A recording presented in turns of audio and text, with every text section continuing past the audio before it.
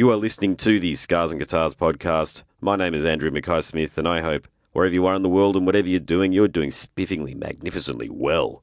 The bloke you're about to hear from is an awesome human being. His name is Dan White, and he's the bloke at the centre of Blue Child Collective. Let's hear what he has to say. Here we go. Dan, welcome to the show. You're the main man, the creative force behind Blue Child Collective. And I've got to say, I'm really enjoying Wattle Tree Corroboree.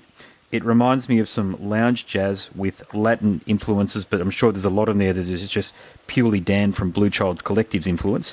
So, mate, I understand this is your new single, so can you tell us all about it?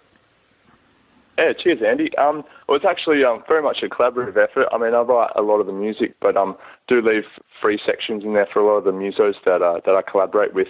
So it evolves nicely whilst we have our structures in place when we hit the studio, because we pre-prod the hell out of it. It does grow and evolve as anything does naturally in the studio, which I rather enjoy. But it's a song that I wrote on the way back to WA after an Aussie tour. We were crossing the Nullarbor end of 2016, and I was just, I think, maybe looking forward to being home and watching the scenery change along the way and kind of noticing how it did and pointed us in the right direction.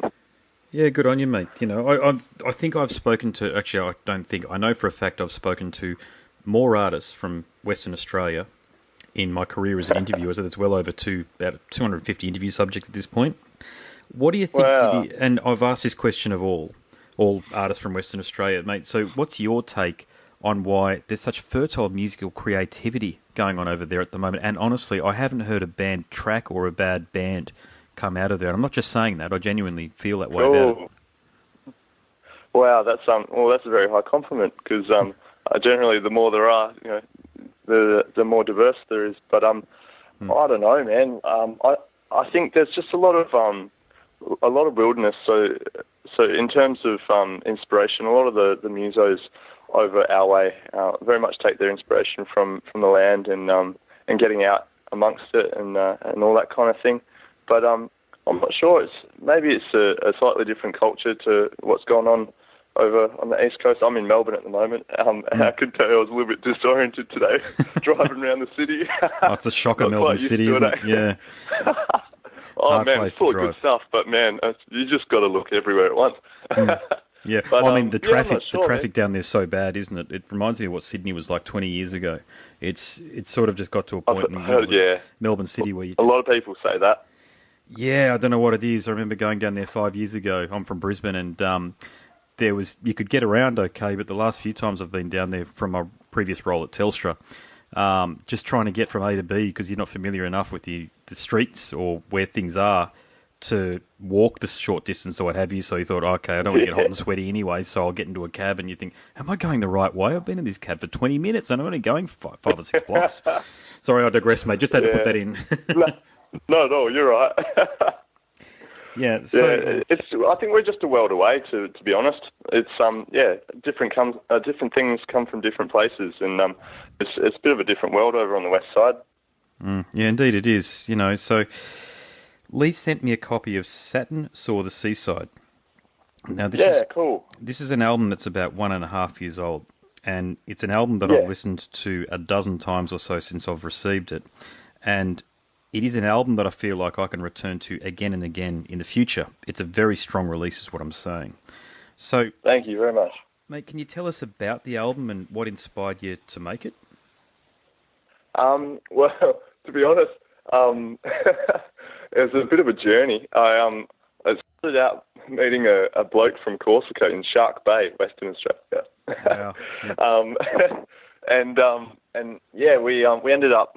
We've done a couple of European tours over the last few years, and I went and visited him on the island of Corsica, which is an island just off the south coast of France, just to say hi and catch up. And turns out him and his best mate were events organisers, and decided they wanted to tee up a whole bunch of gigs for us. So we did a couple of summers over there, and while we're there, you know, it's like when you're playing every day with the same bunch of blokes, you get pretty tight. And so I just put it to him, if there's any good studios around, it'd be great to have some time. And so he found one up in the mountains. It was just beautiful. It was really old, but yeah, absolutely beautiful. And we did a few days there, and that was enough to inspire me to come back and record an album there. So that was Sat and Saw the Seaside. That trip was 2015, and then we came back in 2016, and did all the pre-prod in the meantime, and just got it done. And yeah, it was really amazing. We documented the whole journey and the whole trip, whole making of. That's online as well. I saw that. Yeah, I was going to ask you about that because I knew that it was recorded in Corsica, and I was keen to find out how you ended up over in Corsica, but you've answered it nicely there. So, mate, they were fantastic musicians that you managed to get or include in the recording process. So are they going to be a part of things moving forward, or was it just for that project? Some yes, some no. So Lindsay Baker, who plays sax and harmonica on that last record, he's all over this next one, which is coming out in September. He's a very good friend of mine from Margaret River, so we play together often, live as well as in the studio. Kevin and Roger, the drum and bass player, they're based in Europe, but they often come over to Australia with touring acts. They play with a lot of high caliber acts, so we catch up when they're over here. But yeah, I've got Kevin, the bass player, earmarked for a couple of songs on the next one. He's just set himself up a studio, and it's a bit of a to and fro kind of thing. But I don't intend to be finishing just with this album. There's plenty more to come. So I think they'll definitely take part in the future. So tell us a bit more about Lindsay as a collaborator, because at first I thought you'd managed to second Kirk Pengilly from INXS for the band, because he does look a bit like him. Yeah. Oh, he's had a life, man. He's an amazing player. He's played in heaps of bands in his time. He's 100% self-taught, so it's cool because he's a bit of a wild horse in some respects. You have to kind of rein him in every now and then, and he growls at me when I write all these horn lines for him to learn because structure is not his friend. But he's a legend. A lot of fun to play with, and we bounce back and forth nicely. I do most of the writing, but I always keep free sections in some of the songs because he's a very much an in the moment kind of guy, and so he'll just get in the mood and we'll hit record and he'll just do his thing and give us some gold.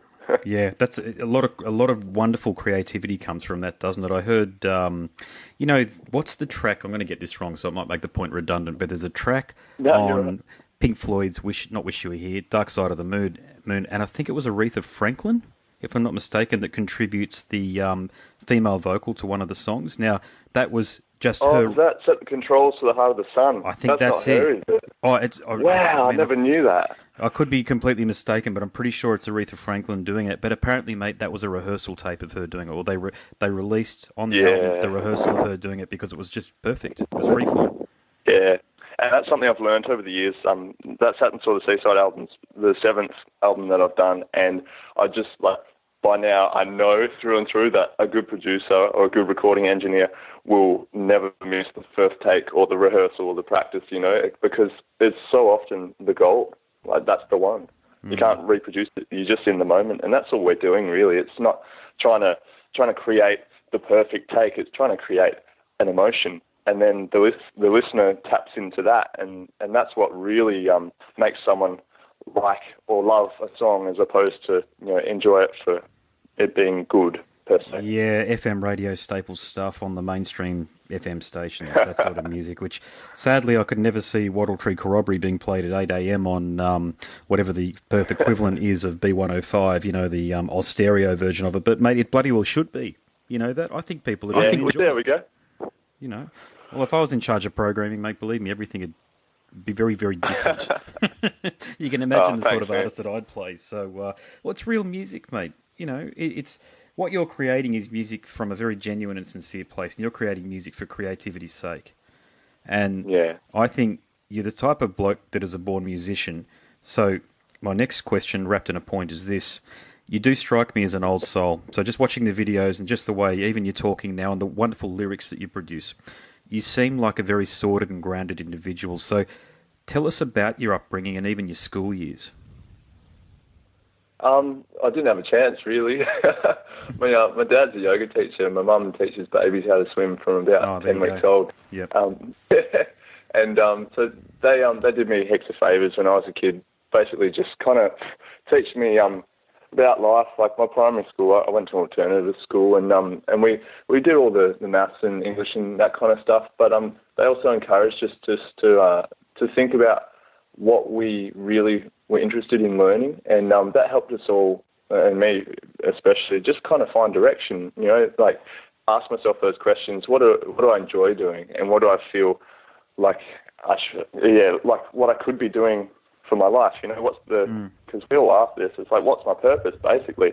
And I think a lot of, like, what my parents did for me in my childhood years was basically just nurture that search for what I wanted to do. So they never gave me a guitar and said, all right, you got to practice every day kind of thing. They just gave it to me, and then I could do with it what I want, you know. And for sure, no worries, if you want to do some guitar lessons, we'll pay for them, but there's no pressure there. And I think that's a real shame if, I see it in a lot of families, there's that pressure and expectation, and it kind of, it causes kids to put the walls up. So I think the best thing really is just remaining open and having people around me who just kind of help me remain open and continue looking for what fulfills me, basically. Yeah. So you feel like you're on the right life path for what you've been, I guess, you know, what you've been born to do. Is that about right? Yeah, absolutely. Yeah, and I was lucky enough to figure it out pretty early on. I started playing guitar when I was 9, but I really knew it maybe in the mid-teens, 14 or so, 13, 14. I just wanted to play music, basically, in whatever form that was going to take. And that's, I guess, become clearer over the years, especially since I've started this project. It's a lot more geared towards a central purpose, which is basically bringing people together. I mean, the music that I'm writing and the gigs that we play are just about promoting a culture of connection, you know, connecting with ourselves, with each other and the world around us. And, man, to be honest, like, for me, the world is a better place if you're just connected, you know? Yes, indeed it is. Mate, left field question. Don't have to answer it if you don't want, or you don't have to go into specific detail. But, mate, apparently we exist at a time in history where there's been the least amount of warfare and conflict than at any other time. Okay, so you can only take, I don't even know where that comes from, but apparently it's quite credible. Now, you wouldn't know it, though, if you read Twitter, particularly with the manner in which just very small interpersonal conflicts occur just online between people. You know, someone supports Trump, someone supports, or what did support Hillary, that sort of thing, or over here it might be going for the Labor side of politics or the Liberal side of politics. But the way in which people are, if you like, so quick to be nasty to each other, you know. And look, my broader point on all of this is that how does somebody say, because this is going to be released on my radio show, my podcast, as I explained, you're going to get people listening to this who have no idea who I am and no idea who you are. So, but what they need to know is you're a very creative soul who stood within his truth and said, I'm going to create music, and you did that from a very young age. So how does somebody who gets distracted by so much of this information that really, and that's all it is, all of this stuff that's on the internet that draws people into it, Twitter, Facebook, Instagram, all the bullshit, excuse my language. What's your take on somebody listening, because you are a creative soul, can detach from all of that stuff and mind their own creativity and really find what they've been put on this earth to do? Now, I know that's a really profound question and a broad question, but, mate, you're as good a person as any to ask it. I think, for a start, like what you started out saying, like all this friction, basically, that's going on in the world, whilst there is less now than at any other point in history, or so they say. I think at the end of the day, all of that is still, it all serves as a distraction, or many distractions from the greater truth, basically, that we're all searching for in our lives, you know.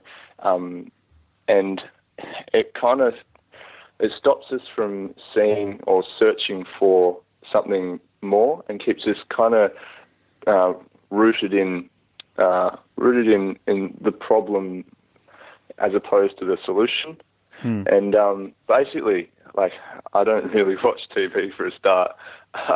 Likewise, because there's a lot of misinformation out there, that's for sure. But I think basically, going on the theory that we create our own worlds, you can select what you welcome into your world, basically. And so I think if you choose to omit all of these distractions, all of a sudden it gets a lot clearer basically it gets a lot clearer, I think, when you start looking for what it is that's going to fulfill you. So it's like having discipline, isn't it? And not just turning these things off and disengaging from them. Yeah, for sure. Because like everything in life is a choice, and not choosing is also a choice, basically. So if you just want to let all of this stuff, all the noise pollution and all of the friction become your life, then that's also a choice. And saying, I can't help it, that's what life is, it's also a choice, because you choose where you live, you choose how you live, you choose who you live with. So I think getting towards the end of that question, one thing that I really found helpful for finding my way in life and kind of was getting a bit clearer on where I was going and what I wanted to do was I removed myself from I guess the normal construct. So I went traveling and I found that that we view life through like a lens, and the longer you're in the same place or the longer you're surrounded by a certain thing, the more I think thorough the lens is. And it's like when you're driving down the street and you you can see all the signs, but you've never seen them. It's like opening your eyes for the first time, because your eyes filter all that out, because you don't. It's just clutter, and that's how our brains operate. And so I think traveling for me, seeing new places for the first time, opened far more than just my eyes, and gave me a real opportunity just to get a bit clearer on what it was that, after all the bullshit and all the distractions, made me feel good and fulfilled, and it's pretty easy to find that. You just have to remove yourself from the norm, I think, because if you're not enjoying life, then friction occurs to tell you that it's not right, and so you should remove yourself from it. But sometimes we don't. It goes on for years until we end up having heart attacks or divorces or all sorts of terrible things, but they're all just other forms of change, basically trying to, on a signpost on the road, trying to show us the right way to go. It's just our decision whether we want to listen to them or not. Yeah, and what I see, which I mentioned, mate, is just there's just lack of discipline, I think, and people getting drawn into these things, So I guess my earlier point, I hope and you answered it beautifully, by the way, and if I could articulate it further, is that we are living in a very safe time, but we choose we're drawn to conflict as human beings, aren't we? And if we can't, we're not necessarily not just about everybody. I know there are people that suffer from various forms of violence in the West, but in the Western world, the chances of us experience violence, most people can go through their life without experiencing any personally these days. And the way it's almost like there's this, I don't know, I'm loath to call it the primitive part of us, the part of us that's evolved from being an upright ape, seeks to want to do these, just read comments on Twitter and the like. It just seems like, man, it's about an 80% chance that it's not going to be a civil discourse with somebody on Twitter. And I just wondered why that was, that. And I know there is no real answer for that, but people not respecting people's opinions and people not listening, And for me, though, it's even deeper, which is why I asked you the question. And because you've articulated so beautifully about your life's purpose and mission, you do have one. I think a lot of people don't have one. They just work in awful jobs that they hate to fund cars they don't want in suburbs they'd rather not live in. Yeah, which absolutely contributes to probably reacting quicker as opposed to listening and maybe not reacting, but just kind of living your own life. Anyway, I think all of it basically is rooted in disconnection and this idea that we're all individual as opposed to one and the same, because I think that's a large part of what I'm trying to say with my music is, like, I realise that, Blue Child Collective basically stands for us humans on this planet. We're all children, like just humans hanging out on this little blue planet floating through space, right? And I think that was an epiphany I had a few years ago, and it just made me realise that, for example, when I do hurt someone else, I'm hurting myself basically. And lots of different cultures call that different things. It might be karma, but I think that when you're getting these situations where people are having opposing views, they're just basically different ways of looking at the same thing, and everyone has different opinions and ways of looking at the world, but I don't know, at the end of the day, like, we're all just humans, man. Yeah. Agreed, mate. Look, I'll put a full stop on that one, and thank you so much for answering the question and providing your thoughts. But, mate, let's get back to back to your music, because here's a good question for you. So, what do you hope to accomplish through your music? I want to bring people together. You know, we play a lot of shows, you know, maybe 150 to 200 shows a year for the last few years anyway. And the amount of bars or clubs or live music venues, halls, gardens, wherever, like, so diverse. The amount we play, I see the one thing that brings them all together is the one reason that is common with across all those venues that people find in common is that they're all just coming out to connect. You know, we have this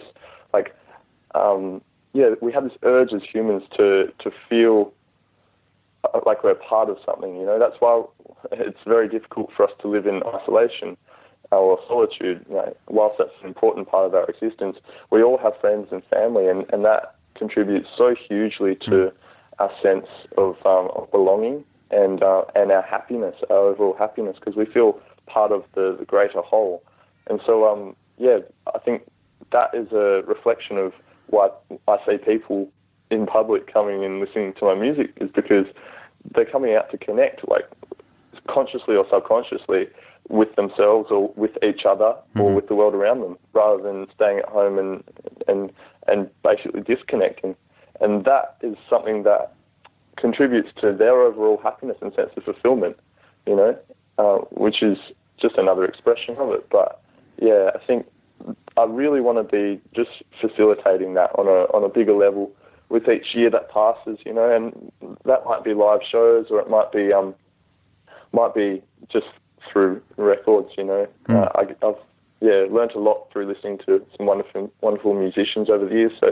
So provoking thought amongst people and questioning is definitely a big aim. I really like it when someone says something that makes me stop and question the world and my existence, because it's all too easy to get hung up on how things are, because it's just not like that. There's infinite possibilities.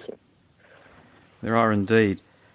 Creating the sort of music that you create, so why go down this pathway creating beautiful jazz roots and blues infused music as opposed to something, for example, like hip hop or heavy metal? Was there something that drew you to the kind of music, or was it just one of those things that just happened? It's what's feeling good at the moment. It's what's coming out. I mean, when I sit down and write, I try not to pigeonhole myself. You know, I've been in many bands over the years and been in situations like I used to play in a punk band, for example, and I've never wanted to be in the situation where I'll be sharing a song with my bandmates, for example, and then it could be wonderful, but it doesn't fit our genre per se, so therefore we can't play it. And so I've never taken I've never put those walls up or put myself in that cage, if you like, in terms of writing. So I guess what I've been writing over the last few years for Blue Child Collective has just been pretty much organic, what's been coming out, and it's changed over the years and will continue to. Like, there's a lot more funk on this next record, elements of soul, but then some more folky stuff as well. And then I've just quietly written a couple of records after that as well. And there's definitely more elements of hip hop coming in down the line, and I just embrace it all, because it's none of it is kind of stock standard, fits into a single genre. I think it's I very much sit in my own style, and then depending on the musicians who join me for each record or recording session, that changes beyond that as well. So it's hard to pigeonhole, which I've been critiqued for in the past, that's for sure. But I don't Is know. That right? I embrace that. Yeah, absolutely. Yeah, of course. Because, you know, a lot of people feel unsafe when they hear something new. They want to be able to categorize it or label it. And in terms of applications for genre specific radio stations or grants, or everything. Everything is it's categorized, in terms of music. So I find myself ticking lots of boxes in that case. But okay. I just let it float, because it comes out, and I don't see any reason to keep it in.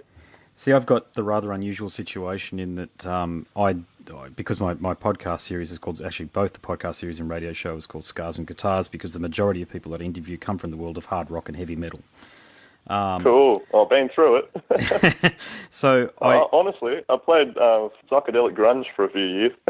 Oh, great. Psychedelic grunge. God, I'm just trying to think, like Alice in Chains sort of thing, I suppose, would have sounded like. Must have been up there like that. Yeah, it's pretty out there. But look, one of the things about me is that whilst I might interview and be around a lot of heavy metal and hard rock, I actually might, the music that's in my heart, if you talk about the music that really motivates you and the way that I play, is disco and funk. So, classic. Yeah, I've got to tell you, I feel like a beacon in the ocean, bobbing around by myself occasionally, though.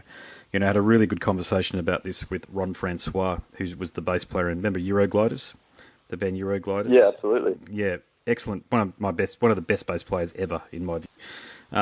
And he's a great funk-style bass player with a great disco edge, and I've been trying to listen to somebody who plays bass in the way that I think I'm pretty close to playing it, but he's more advanced. He's just got a wonderful technique. But I play bass similar to the way he does. And I had a chat to him about forming a disco band here in Brisbane, and halfway through me making my proclamation, he just sort of started laughing at me in a very kindly manner, by the way, and just said, God love you. He knows what I'm up against, trying to play funk and disco style music to crowds, because I play covers music that are there to hear Copperhead Road, anything by AC/DC and Guns N' Roses, mate. I'm trying to bring disco to the people, mate, but it is not an easy journey, let me tell you. I believe you.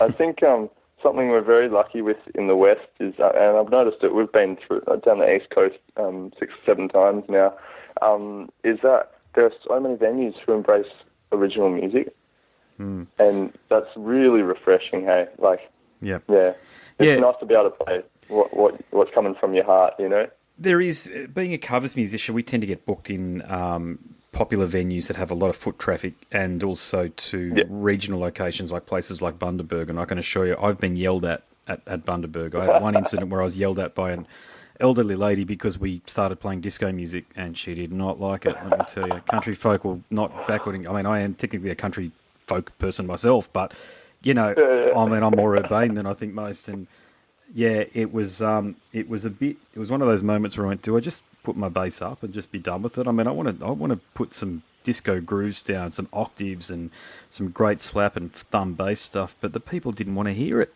And the originals music scene, to your point, we've got the Valley over here, Fortitude Valley over here, and there's about 5 or 6 venues in which you can probably see an original band almost any night of the week.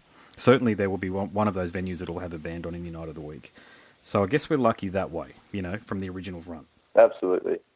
Yeah. Just on what you said about having no hope with in Bundaberg with disco, I feel you there, but I think that's another reason why I like to diversify, because we play a lot of shows in a lot of different places, and it basically allows me to tailor our set lists to suit the audience. Whilst we're still doing what we do, there's a lot to be said for speaking the same language, if you like, right? And end of the day, all I'm trying to do is help people have a good time, maybe ask a few questions about the world, and facilitate connections. So if I'm playing, it's the same. If I book a certain venue, there's no point in playing a certain type of music because the punters aren't going to enjoy it and therefore won't be receptive to what I'm saying.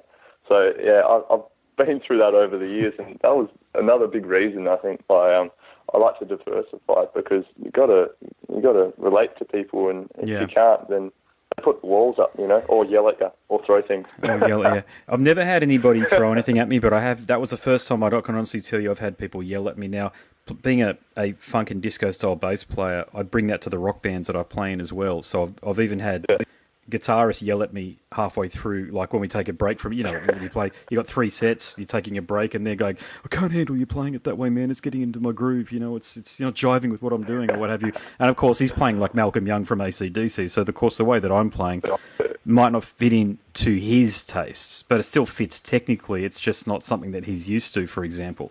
Then so in desperation, God, I know we're here to talk about you, mate, but I just thought I'd finish sharing the story. No, you're right. Not at all.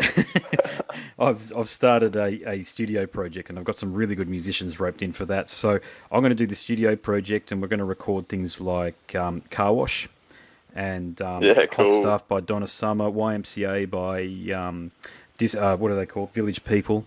A few chic numbers. We're going to do this, what I call down and dirty street funk. So slap bass with a bit more of an overdriven guitar, but still funk. Kind of similar to funk metal, but not without the metal bit, if that makes sense. in terms of aggressive disco and funk. That's probably the best way to describe it. Because I want people to dance. I want people to get into it, you know? I'm going to persist with this one because maybe the world's taste will start to revolve and, you know, this sort of music will become popular again, and then somebody like me with the band that I'd like to form will actually be able to do it. Man, your audience is out there. It's the beauty of the internet. It doesn't matter if they're in Iceland, but they're out there. And now even better, like once they are listening to your music, all you have to do is, for example, on Spotify, I can look at basically a world map, and it shows me where the most people listening to my music, how many people in what cities, what regions, and that helps them book my tours, man, because that's where your audience is. It's the best thing. It's such a great tool, especially for independent artists. Like, you can find your audience. So I'm sure there's a street funk metal crowd out there, or soon to be. Well, that's what we hope, mate. That's what I certainly hope. And it's interesting you mentioned that about Spotify, because for my podcast series, the platform that is hosting it, called Whooshkaa, actually gives me all of that information as well. So the number one city and the number one country for my podcast series is Detroit, in the land of the USA. No way. No idea how it's happened, but I think what happens is it goes viral. You know, this is my theory on it. It's gone viral. Someone's had a few episodes, because I've interviewed members of Black Sabbath, Kiss, some pretty serious bands, and you only need one of those episodes to blow up, and a couple have blown up. And it starts going viral, and then people keep on listening to you, because then for my podcasting app, they just leave me as a channel that they want to subscribe to, if you like, on the podcasting app. And they just keep on listening, and I've noticed that. So Detroit's always up there, and Australia, I think, is third. I think I've got Great Britain, so it goes America, Great Britain, and Australia. And I think even to that point, Russia or Poland is catching up to Australia. Wow! You know, power to you, man. Thanks, mate. Bring on the Russia tour. Yeah. Well, David Vincent, who was the vocalist in Morbid Angel, you've probably heard of Morbid Angel, right? The famous death metal band. He was doing a tour the week before I released my podcast episode, so I coincided the release of the podcast episode with his tour of Russia, and he shared it on his Facebook page. So I think that's how I've got an audience in Russia. That's what I can put that one down to. Nice one. You know, but love cross-pollination in the artist community. Oh, it's got to be done. I love it when artists support other artists. I've got to say that, you know, because it is tough out there. It is really hard out there, particularly as we've discussed. People are trying to stand within their own truth and play and create music in their own lane. So, look, I love diversity in music. You know, I listen to just about every genre there is, except for country. I really can't get into country. Classic. Well, your stateside compatriot Johnny Taylor produces some pretty good countrified rock music, although he doesn't consider himself a country artist. But to my decidedly non-country ears, it sounds like country. But he's as close as I'll get to it. You know that? Oh, classic. But yeah. So, mate, I'll wind things up. And final question would be, how do people get in touch with you, and how can they find your music? You've mentioned Spotify, but you on Apple Music and all the rest of it? Yeah, man, we're everywhere. We've got heaps of videos on YouTube if people are into that kind of thing. Like, I put a lot of emphasis on using visual content to give depth to our music. But everywhere you go. Blue Child Collective on Facebook, on Instagram as well, and we've got a website up where you can get all the tickets and see our tour schedule. We've got heaps of stuff up there. Anywhere you go, you know, whatever you're on, either Apple Music, iTunes, whatever, we're there. So I'm big on artists giving people an opportunity to support them, especially independent artists like yourself. So have you got merch available as well on Facebook? Yeah, absolutely. It's all on Facebook, or that links you basically straight to our website where we got a store. Okay, wonderful. Well, it's been a pleasure. Thank you so much for being such an interesting and excellent interview subject. You have been listening to my conversation with Dan White from the Blue Child Collective. My name is Andrew Mackay Smith, and I do host this here podcast series called Scars and Guitars. Thank you so much for listening.